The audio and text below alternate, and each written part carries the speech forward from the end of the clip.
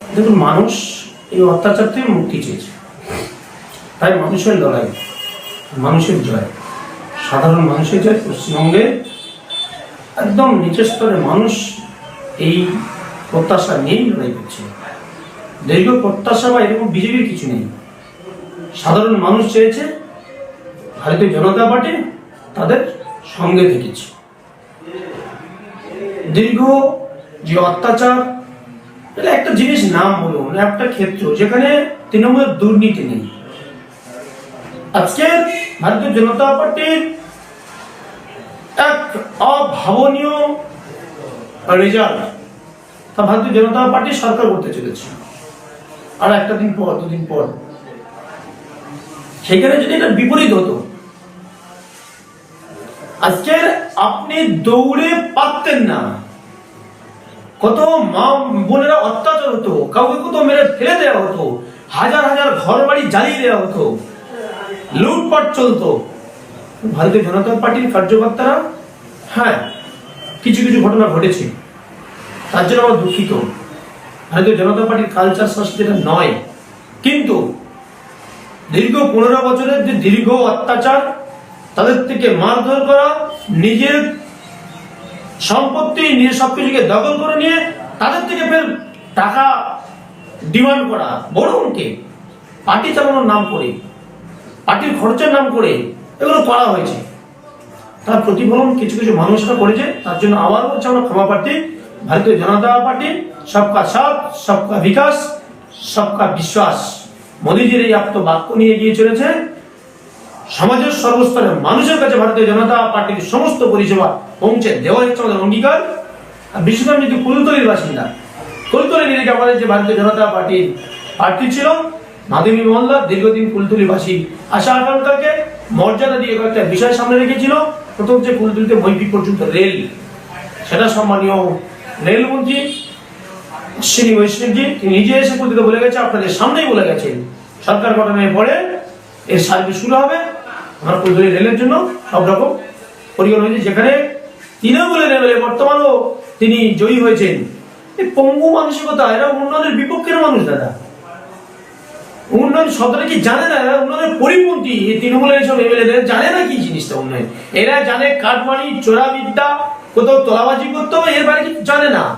কুলতলিতে যখন রেলের কথা প্রার্থী বলেছিল, চরমতম বিরোধিতা করেছিল, হাসি ঠাট্টা মজা করেছিল। আমরা সেটা আদায় করবো এবং সেটা রেলমন্ত্রী নিজেই বলে গেছেন। দ্বিতীয়ত হচ্ছে সার্বিক উন্নতি, পোস্টারে নয় দাদা। হ্যাঁ, এর কথা বলতে হাসি পেল। আমাদেরও হাসপাতালে উন্নতি হয়েছে, জয়নগর গ্রামীণ রুরাল গ্রামীণ হসপিটাল থেকে হয়েছে কুলতলি। হ্যাঁ, ওদের পোস্টারে উন্নতি নয়, সার্বিক মানুষের উন্নয়ন, সার্বিক মানুষের জন্য নাগরিক পরিষেবা, স্বাস্থ্য পরিষেবা যাতে পায়, 24 ঘন্টা যাতে অ্যাম্বুলেন্স পরিষেবা পায়। সাথে সাথে প্রায় 115 কাছে যে রাস্তা ফিতে কেটেছেন, 115 কাজ করে রাস্তা ফিতে কেটেছে। রাস্তার বেহাল দশা নয়, যাতে অ্যাম্বুলেন্সটা প্রত্যেকটা মানুষের বাড়ির সামনে, দরজার সামনে পৌঁছাতে পারে। রাস্তাঘাট। আর 1 মাস পর বর্ষা শুরু হতে চলেছে। বর্ষা বলতে দুর্যোগ শুরু হবে। বর্ষাটা আমাদের আষাঢ় মাসের শেষের দিকে হয়। নদী বাঁধ, সরকারি যে প্রকল্প, কেন্দ্রীয় যে বরাদ্দ অর্থ দিয়ে সঠিকভাবে নদী বাঁধ নির্মাণ হয়, নদী বেষ্টিত আমাদের বিধানসভা, তাদের জীবন হানি যাতে না হয়, তাদের সম্পত্তি যেন ক্ষয়ক্ষতি না হয়, যাতে তারা সুরক্ষিত থাকে, যাতে তারা আদর্শ নাগরিক হিসেবে বাঁচতে পারে, এটাও আমাদের দায়িত্বের মধ্যে পড়ে। এবং তার সাথে মইপিটে ভুবনেশ্বরীর যে স্বাস্থ্য কেন্দ্র, এত সুন্দর ইনফ্রাস্ট্রাকচার, সুন্দর পরিষেবা সেখানে দেওয়া যেতে পারে, ভাবনা তো নেই তৃণমূলের। সব সেগুলোকে সুন্দর করে তৈরি করে যায়, মানুষ যাতে উপযুক্ত পরিষেবা পায়। এর দ্বারা সেই 25 কিলোমিটার দূর জামতলা হাসপাতালে আসতে না হয়। জামতলাতে আসে আর এখান থেকে দৌড় করে আবার হরিপুর পাঠায়, মানুষ পথে মারা যায়, রাস্তাঘাটে যে অবস্থা, যাতে সেই পরিষেবাগুলো পায়। কুলতলি মানুষের দাবি, এগুলো নিয়ে আমরা অঙ্গীকারবদ্ধ। আর মানুষের প্রত্যাশাকে বরণ করে নিচ্ছে ভারতীয় জনতা পার্টি, অঙ্গীকারবদ্ধ। আর সাথে সাথে এই যে গরম, আমরা প্রায় 15 দিন আগে থেকে লক্ষ্য করেছি জলের চরমতম সংকট, চরমতম পানীয় জলের সংকট। হর ঘর নল সে জল, অতি বাড়ি বাড়ি জল। নল তো দিয়েছে, জল তো নাই। আবার বিরোধী দল করতে হলে তাদের চরমতম হেনস্থা করা হয়েছে, ভারত থেকে টাকা চাওয়া হয়েছে। এরা যদি বিপরীত করতো, প্রত্যেকে বাড়ি বাড়ি কাছ থেকে 25,000 টাকা নেবে, কাছ থেকে 40,000 টাকা নেবে, এসব ঠিক করে রেখেছিল তৃণমূলের নেতারা। তাদের মুখে ঝামা বসে দিয়েছে, যদিও মানুষ দিয়েছে, কুলতলি মানুষ। আমরা একটা এত কিছু মধ্যে আমরা অত্যন্ত দুর্ভাগা।